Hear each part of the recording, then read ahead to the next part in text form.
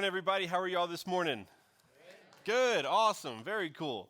My name is Joe. If I haven't met you yet, man, there's a lot of new faces in the room. I was actually talking to Michael this past week, and the last time I got to be up on stage, we were actually still in the hotel. So it was about 6 months ago. So, man, it feels good to be here with you guys this morning and to be teaching from God's Word. I'm excited and hope it's impactful for you this morning.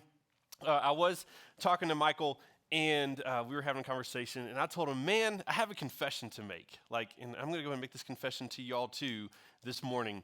I have a confession that I don't trust anybody. Is anybody else like that? You don't trust anybody? You meet people who are like, I don't trust anybody. It's not that I don't trust you.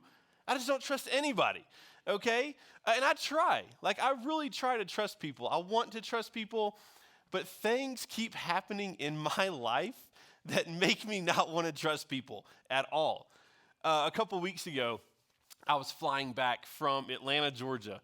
And if you've ever been to the Atlanta airport, you just see all kinds of stuff. It's a massive airport. There's all kinds of people, and you see all kinds of stuff. And I was sitting there like a normal human being, like you're supposed to do, at the gate on my phone, right? Just scrolling social media, waiting for my plane to take off. Okay, that's what we were doing. I had my phone plugged into a charger, plugged into the wall. And have you ever been sitting somewhere and you feel somebody get close to you? Like you can feel, you're like, nah, that's not a wall, that's a person, okay? So I feel this person beside me and I look over and there's this lady standing there like this, just looking at me. And she goes, man, this is why I've got so many trust issues. She goes, did you see Santa? And I was like, what? I'm sorry? She goes, did you see Santa? He just walked by. And I'm thinking at this moment, like, where is security? Like, what is going on with this lady? And she proceeds to tell me how Santa walked by, and I miss Santa. And I'm like, no, ma'am. And as I awkwardly, like shifted myself farther in my seat to get away from her, she sits down on the floor beside me in an airport. And not only that, she then begins to move my luggage. She moves my suitcase. She unplugs my phone and starts wrestling with this wall charger to plug in her phone to charge her phone. And I'm just thinking the whole time, like, am I being punked? Like, where's Ashton Kutcher? I don't know what's going on. What is happening with this lady? I don't understand what's going on right now. To the point to where she wrestles with this phone charger, and she looks at me and she goes, I wish I could make this up. Man, she goes, Mr. Rogers told me to ask you for help. And I'm like, I don't see Mr. Rogers. Do you see Mr. Rogers? It was the weirdest interaction to the point to where it got so strange, I decided to get up and leave and go find a different spot to wait for my airplane because I knew I cannot trust this lady. I don't know what was going on with her. I honestly don't know how she made it through TSA. I don't know why I got checked and she didn't. It didn't make any sense to me that this lady was about to be on an airplane. And so trust, if I'm being honest, trust is just really tricky. It's just really tricky and difficult to trust sometimes. And I would bet that most people in this room, trust is difficult for you too. You find it difficult to trust other people. You find it difficult to give trust. And if you are a trusting person, it's pretty easy to tell because you have to get a new credit card every 3 or 4 months, okay? You click all the ads, you put in your credit card number, and so we know who the trusting people in the room are. But most of us, I would bet, are kind of suspicious of other people. And here's how I know. This is something maybe recent. This is a recent litmus test for this. If you have a phone, okay, your phone starts to ring and a number pops up instead of a name. What do? You're like, nah, I don't think so. I'm suspicious of this. You're like, there's 2 options here. They're calling to collect a debt, okay, which I may or may not owe, or they're calling to offer me a car warranty for my 2005 Corolla. That's the only 2 options. If you don't have a name with that number when it pops up on your phone, you're like, I don't trust that. Nobody answers that. I can't wait to make a new friend today. Let's see who's behind this number, okay? We don't trust it. We are very suspicious. We are not trusting people. And it's no wonder then, if you're like me, that we find it so difficult to trust God. We take the same feelings that we have about other people and other situations where we're stingy with our trust. We don't give out trust. We don't trust things. And we take that and we apply that same mindset to God. We apply that same feeling to God. So when we say that our theme for this entire year is love, obey, we kind of pump the brakes for a second. We're like, oh, okay, hold on. All right, love, I can do love. Love is no big deal. God, I love you. I'll sing songs about how much I love you. That is no problem. God, I got you. I can love you. Obey, I can even try to obey. I'll give obedience a shot. Do not murder. Check. Got it. That one's easy. No big deal. We're good to go. I'll even try obedience. But when it comes to trust, we're like, I don't know. I'm going to have to be a little more hesitant with this one. This one's a little more difficult for me. And here's the reason why trust is so difficult. Because trusting means giving up control. Trusting oftentimes means giving up control. And if I know one thing about me, and probably one thing about you, is we hate giving up control. We do not like to not be in control. We want to be the one driving. We want to be the one who's responsible for the results. We don't like to give up control. So today, what I'd like to do for the time we have left is look at a passage that might be kind of familiar to you, but I'd like for us to look at it through a little bit of a different lens. In fact, if you don't even have to go to church to know this story that we're going to look at today. So this morning we'll be in 1 Samuel chapter 17.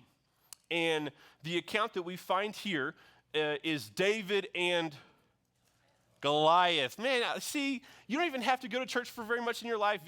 Even the TV show The Office has mentioned David and Goliath, okay? This is a well-known story. And by a show of hands, have you ever heard the story of David and Goliath? Have you ever heard about David and Goliath? Yes, so many people have heard about it. Outside of Easter and Christmas, this might be the most well-known story in the Bible. So before you go ahead and brush me off, before you start packing up your notes, you'll go, okay, David and Goliath, got it. Little guy can beat the big guy. There's always a possibility for the underdog to win. That's not what we're talking about today. That's not the perspective we're going to be looking at. And so go ahead and toss out what you think you already know right now from the story of David and Goliath. In fact, as we look at this, I want to go ahead and make the case that don't put yourself in place of David. Oh, I'm David in this story. No, we're not looking at it from that perspective. So as we begin to look at 1 Samuel 17, what's going on is most of 1 Samuel, we dove in a couple weeks ago before Easter. We looked at the prophet Samuel. And so far to this point, most of this has been about Samuel the prophet and about the nation of Israel and King Saul. King Saul was the very first king of the nation of Israel. And so the narrative so far has been about mostly those two characters. And as kings often do, Saul found himself in a little bit of a predicament. He had an invading army coming in to fight against the nation of Israel. And back then, they had times where it was just like, oh, it's March 31st, it's time to go to war. Like kings just went to war with each other often back then. So the scenario we find right now is a nation, the Philistines, they have brought their army in. Israel, led by Saul, has brought their army to meet them. And in a good old-fashioned way, they're just lined up against each other, ready to fight on two different sides of a valley. And so we will pick it up in 1 Samuel chapter 17, starting in verse 2. And it says this: Saul and the men of Israel gathered and camped in the valley of Elah. Then they lined up in battle formation to face the Philistines. The Philistines were standing on one hill, and the Israelites were standing on another hill, with a ravine between them. Then a champion named Goliath from Gath came out from the Philistine camp. He was 9 feet 9 inches tall and wore a bronze helmet and bronze scale armor that weighed 125 pounds. There was a bronze armor on his shins, and a bronze javelin was slung between his shoulders. His spear shaft was like a weaver's beam, and the iron point of his spear weighed 15 pounds. In addition, a shield bearer was walking in front of him. Now, I don't even know if most of us in this room could even carry what this guy was wearing at this point, okay? And even if you kind of question or kind of doubt whether he was actually 9 feet tall, regardless, this is an intimidating figure ready to fight, coming out in front of these two armies, and he doesn't seem to have any nerves at all. He is just walking out ready to fight. He's armored up, and he is ready for business. So let's continue in verse 8. He stood and shouted to the Israelite battle formations, "Why do you come out to line up in battle formation?" he asked them. "Am I not a Philistine, and are you not servants of Saul? Choose one of your men and have him come down against me. If he wins in a fight against me and kills me, we will be your servants. But if I win against him and kill him, then you will be our servants. You will serve us." Then the Philistine said, "I defy the ranks of Israel today. Send me a man so we can fight each other." Now, personally, I love a good battle scene in a movie. Anybody else, you just love battle movies, movies with the war, movies with the fight? I love it. Oh, and Saul basically Goliath comes out, and he kind of gives like this little bit of like a smack talk speech, like, "Hey, like let's fight, like just bring out a guy, we'll beat him, like no big deal." He's kind of talking some trash here to the Israelite army, and it makes me think of different battle scene speeches that I've seen in movies, like in The Lord of the Rings. Any Lord of the Rings fans? You love The Lord of the Rings? Oh man, I love something in my heart. Love The Lord of the Rings. When Aragorn, man, he's in front of the Black Gate and the whole army's behind him, okay? He looks and he says, "There will be a day when the courage of men fail, but it is not this day." Man, I could just, like I could run a marathon. Let's go, all right, I'm ready. Or Tom Hanks in Saving Private Ryan, man, they're in the boat, the water's splashing everywhere. Tom Hanks, or whatever his character's name, is giving instructions to all of his men before they storm the beaches of Normandy. And then he stops and he says, "I'll see you on the beach." Like, oh yeah, let's go, that's right. We're ready to fight, man. So ready. But the ultimate one, the ultimate battle speech, I think, has to go to the movie Gladiator, okay? Maximus. He's there, it's snowing, he's on his horse, he's ready to go. And he gives his men this big speech, and at the end he says, "What we do in life echoes in eternity." Man, like I just follow that guy anywhere, okay? And so you kind of think that after Goliath walks out, gives this little speech, he kind of talks some trash, "I defy the ranks of Israel." He doesn't even care that there's an army there. You would think that then it's, okay, we're going to take some turns. Now Saul, the king of the Israelite army, should walk out and give his own little speech, talk a little trash, get his men all hyped up, be ready to go. Lead your men. Come on, Saul. You're the king of God's nation. Like, you have God at your back. Like, let's go. What do you say? What do you say next? Let's see Saul's response in verse 11. When Saul and all Israel heard these words from the Philistine, they lost their courage and were terrified. They were terrified.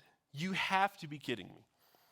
Saul is the king of God's chosen people, the Israelites. If anybody should be confident in a fight, it should be Saul. But instead, he's shaking in his boots, scared of this enemy that he has never even met yet. And it looks pretty pathetic. Saul doesn't even give an answer back. Like, he doesn't even shout anything back. He literally darts off and hides. And it seems kind of ridiculous, but Saul is doing the same thing that me and you often do. Saul was focused on his abilities and not God's abilities. Saul was focused on his own abilities. Saul was focused on this imposing figure in front of him, this enemy that he was about to have to fight, and he didn't have his trust in the right thing. Saul only trusted himself. Saul only trusted his ability. He was only trusting the things that he could actually keep control over. And this, unfortunately, isn't a new situation for Saul. If you actually look back earlier in 1 Samuel, you'll see that Saul was given instructions by the prophet Samuel to wait to go into battle, in a completely different battle, until Samuel shows up and makes a sacrifice to God, so God will be with him. But Saul only trusts in himself, and instead he makes a sacrifice, which was something that was only supposed to be done by Samuel. And so he has a record of not trusting God, but only trusting in himself. In fact, years later, after the David and Goliath scene that we see now, later in Saul's rule, there's another time where he's about to go into battle again, and you'd think he'd learned a lesson by this point.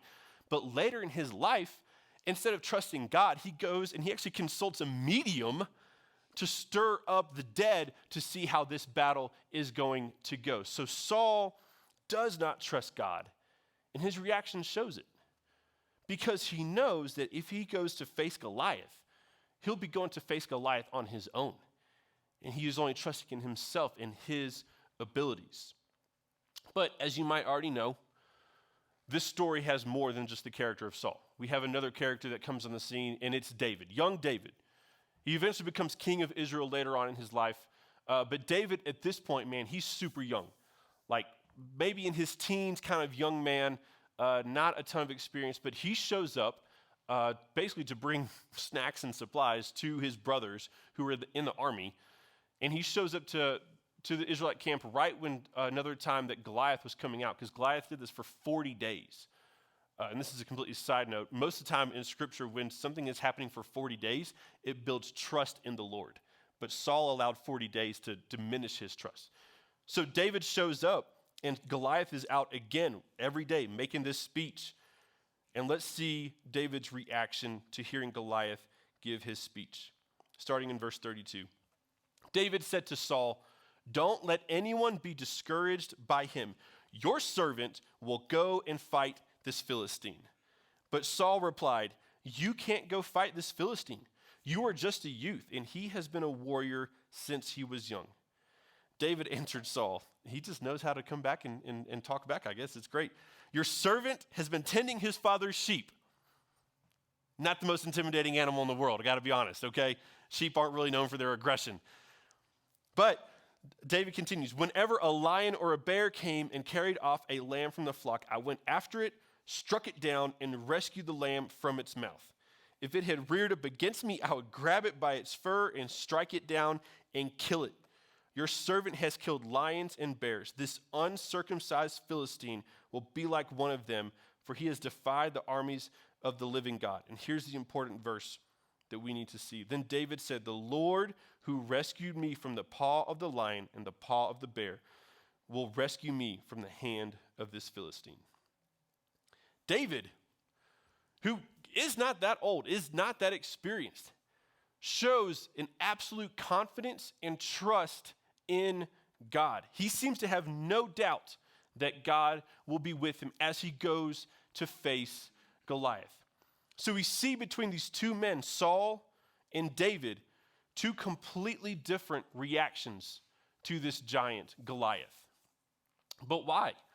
Saul is an experienced warrior. He's been in battle before. He has seen combat. He has fought.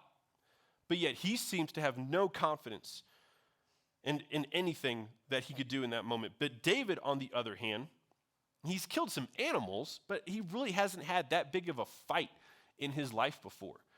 But he seems to be so confident that he's already ready to go and face Goliath. So there had to be some type of difference going on in these men's minds and in their hearts to cause them to have two polar opposite reactions to the giant Goliath.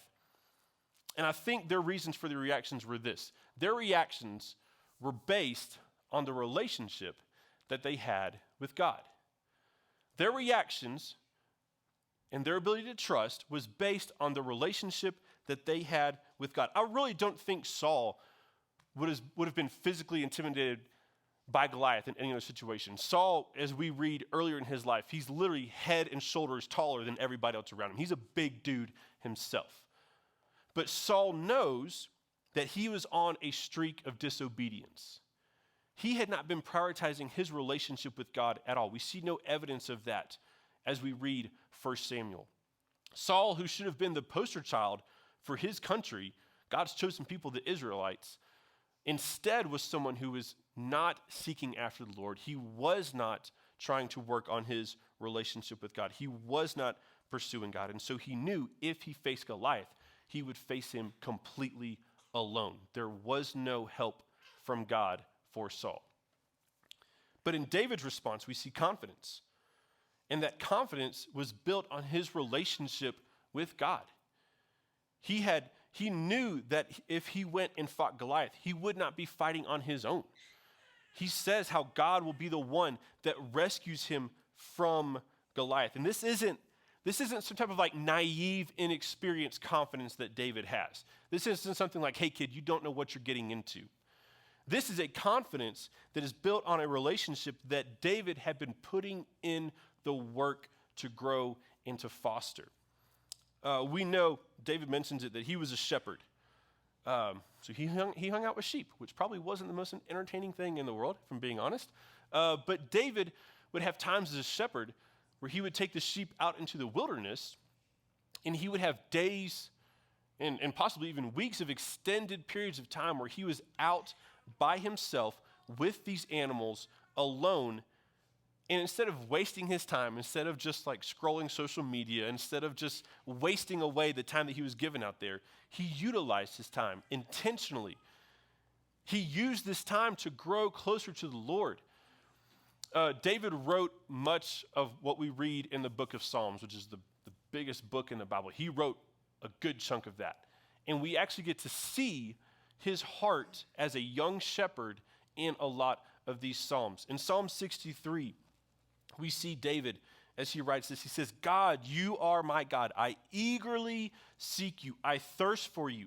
My body faints for you in a land that is dry and desolate without water. David had a desire to have a deeper relationship with the Lord. He was pursuing God. He wanted to know him. He spent his time seeking after God and asking him to grow closer to him. I love the fact that David was a shepherd, because I think it might have helped motivate him to write in Psalm 23, the Lord is my shepherd. I have what I need. He had confidence that with God, he could trust him. God would take care of everything. He could trust in the Lord as his shepherd, the same way that sheep trusted their shepherd, David could trust in God with that same level of confidence. David's trust in God was knitted directly to the relationship that he had with God. He knew his heart and he kept his focus on that relationship rather than the opponent Goliath in front of him. David knew what we needed to know, that what we focus on drives what we put our trust in. What we focus on will drive what we put our trust in. Saul was focused on himself and his abilities, and then the opponent in front of him. And so he had nowhere to put his trust. While David, on the other hand, put his trust in God, had been working on that relationship, had grown a deep, trusting relationship with God, and instead of trusting in himself or being intimidated by Goliath, he was able to trust in God. And we can see how that pays off. 1 Samuel 17, verse 48. Let's wrap up our story. When the Philistines started forward to attack him, David ran quickly to the battle line to meet the Philistine.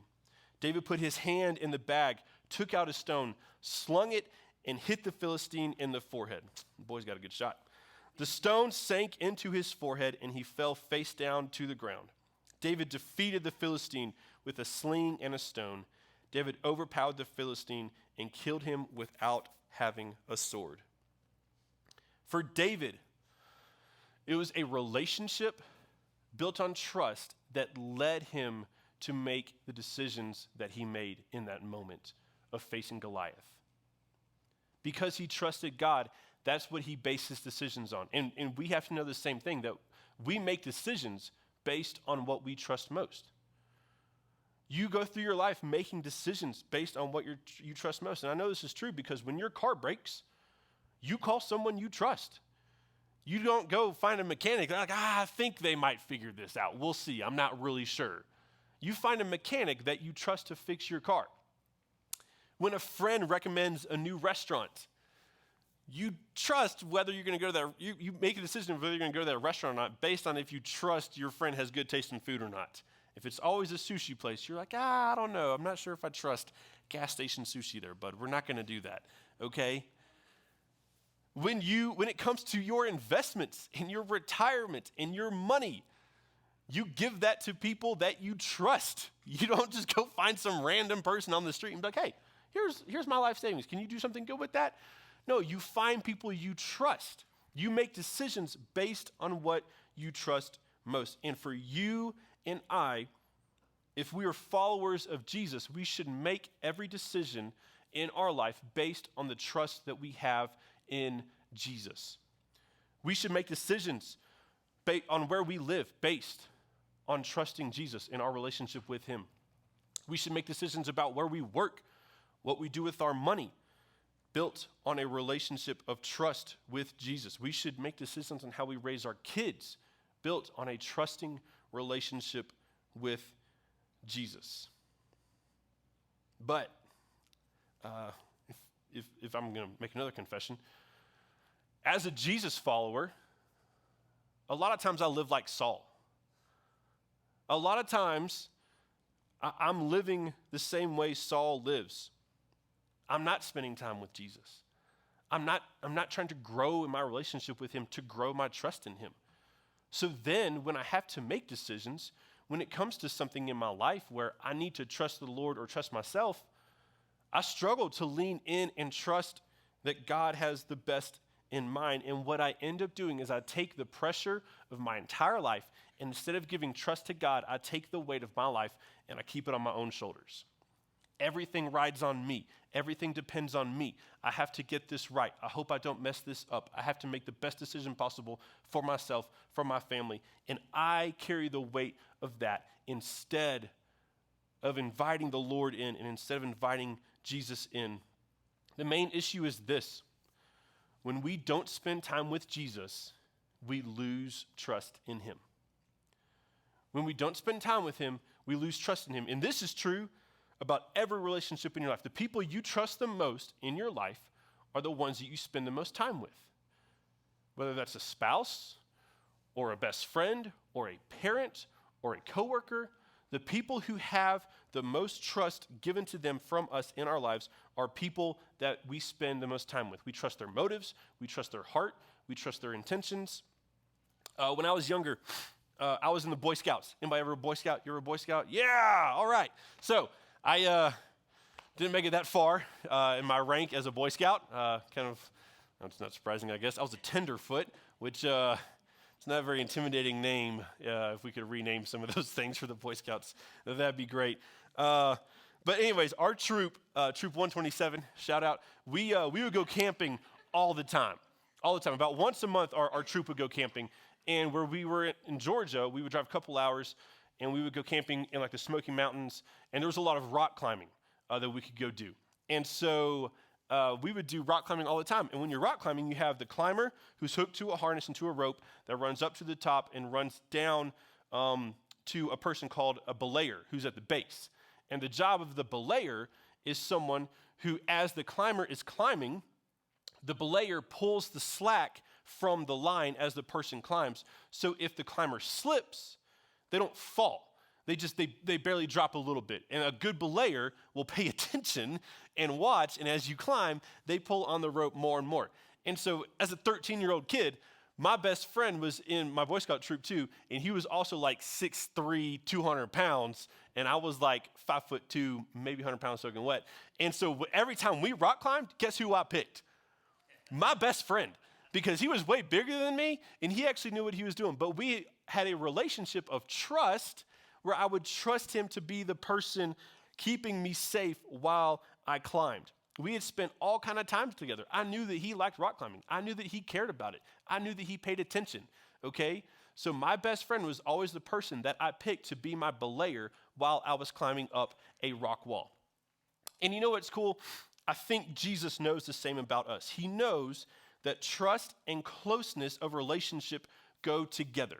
You will trust someone that you are close with. That's why I think Jesus tells us in John 15, verse 4, he says this, remain in me. and I in you. Just as a branch is unable to produce fruit by itself unless it remains on the vine, neither can you unless you remain in me. Jesus is saying, spend time with me.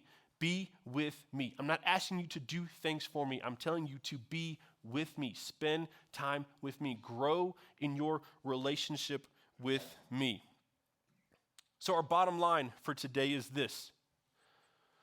The more time we spend with Jesus, the more trust in him will be our first choice. The more you spend time with Jesus, the more trust in him will be your first choice. And, maybe right now you're asking, why is this even important? Why? I feel like I've got everything under control in my life. I can make good decisions. I don't need trust in anyone else. I've got this on my own. You and I need to learn trust in Jesus because you and I have a very limited perspective. We have a very limited perspective. Whether you feel like you've got life under control or not, or if things are great or not, you and I have a very limited perspective. We don't know what's next in our life, the decisions we'll have to face, the things we will have to do. We don't see the whole picture of our life, but God sees the whole picture of eternity. He sees the thing from the end to the beginning. He was God before you were alive. He will be God after we are gone. He sees the whole thing. And he is someone who is worthy and deserves our trust. My kids love to fly. Anybody else, you like to fly? You like riding in airplanes? Anybody a fly person? Okay, I love to fly. I don't know, it's just me, sorry, it's fun.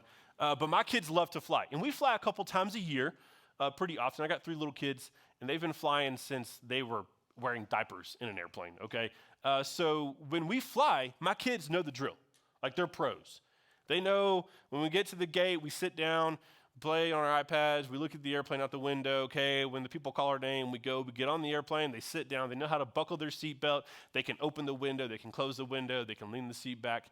Like, they even know how to lock the bathroom door, which some adults struggle with, okay? Like, they know what to do in an airplane. My kids have that under control. That's no big deal for them. But as comfortable as my kids are with flying, you know what they can't do? Fly the airplane. They know where the cockpit is at. Every time we walk by, Collier pops his head and he's like, there's the pilot, okay? They know where it is. They know we're flying in the air, but they can't control the airplane. If we were to put them in the driver's seat of an airplane, which I'm sure has a more technical name than driver's seat, they would have no idea. They would have they wouldn't know what buttons to push, what things to do, where to go. The thing would either not move or crash. There'd be 2 options with my kids with an airplane, okay? They don't understand the whole thing. They don't see the entire picture when it comes to flying. They have a limited view. They have a limited perspective. So they have to trust that mom and dad will get them where they need to go. And I think our lives are a little bit like that. We think we can control everything, but eventually you and I know we make mistakes. We mess up. We need someone who is greater than us to put our trust in, who has a greater and a higher perspective, a greater and higher knowledge, and that's God. He's the one who we should give our trust to. The prophet Isaiah puts it this way. I love this verse. Isaiah 55, 8-9. For my thoughts are not your thoughts, and your ways are not my ways. This is the Lord's declaration. For as heaven is higher than earth, so my ways are higher than your ways, and my thoughts than your thoughts. Life is too much for you and I to handle on our own. And as best we can try and control things. But eventually, if we live like Saul, we will have moments where we have nowhere to put our trust. So instead, my challenge to you is to give God control. Put your trust in him. If you're not a follower of Jesus, that means giving your life to him and making him Lord of your life. If you're a follower of Jesus, that means spending time with him, intentionally growing with him. Think about this. If Saul had been putting in some effort in his relationship with God, the story wouldn't be the story of David and Goliath. It would be Saul and Goliath, because it still would have been a pretty cool victory. Saul would have been the one that's obedient and listened to the Lord. But instead, David was the one who had been growing in his relationship. He'd been spending time with Jesus. He gave Jesus his trust and let him have control. So as we wrap up today, I've got 2 questions. First one is this: what area of your life do you only trust you in? What area of your life do you don't let anybody else have any opinion in that area of your life? Your health, your finances, your relationships, work. What is it? What area of your life do you only trust you in? You're like, no, nope, I don't need God in that. I'm good. If you continue down that lifestyle, living like Saul, you're the only one who you can trust. And eventually your abilities are going to run out. What area of your life do you need to give God control and trust over in your life? And then secondly, on top of that, what is your plan to spend time with Jesus? If you don't have a plan, then nothing's going to change. If you don't have a plan of how to grow in your relationship with Jesus, then nothing will change in your trust with him. Me and my wife have been married 10 years. We have to plan times to spend time together. We have to plan times to get away together. We have to plan times to actually not have somebody asking us to make them a bowl of cereal when we're together. With your relationship with Jesus, please don't wonder why I don't trust God that much. Well, you don't spend time with him. And when we don't spend time with Jesus, we lose our trust in him. So, what area of your life do you need to let God in for your trust? And how and what is your plan to spend time with Jesus? I think if we live our life like David and spend time with God, our trust in him will grow. Our decisions that we make will be built on trust. And God will be the one who's in control rather than us. Let's pray. Jesus, thank you for this morning. Thank you so much for this place for us to gather and worship you and dive into your word.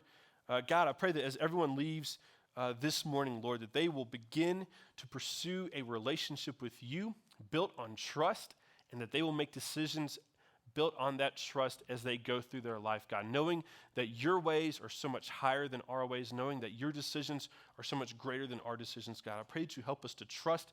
I pray that you help us to lean into our relationship with you. And we are so grateful for this time and for your love and for Jesus and what he did on the cross for us, Lord. And it's all in his name we pray. Amen. Thank you so much.